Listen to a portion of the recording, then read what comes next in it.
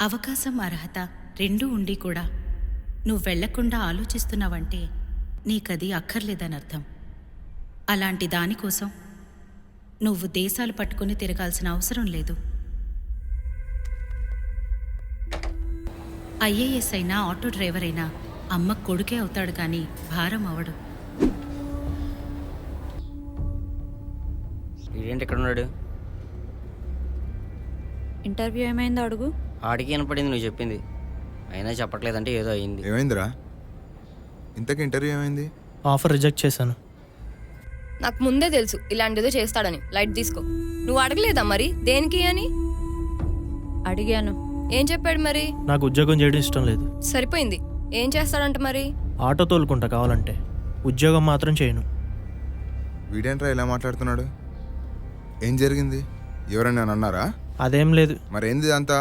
Offer కాకపోతే ఇంకా చాలా ఆప్షన్స్ ఉన్నాయి మనకు. నువ్వేం ఆలోచించకు, రా వెళ్దాం. నువ్వు అడుగు.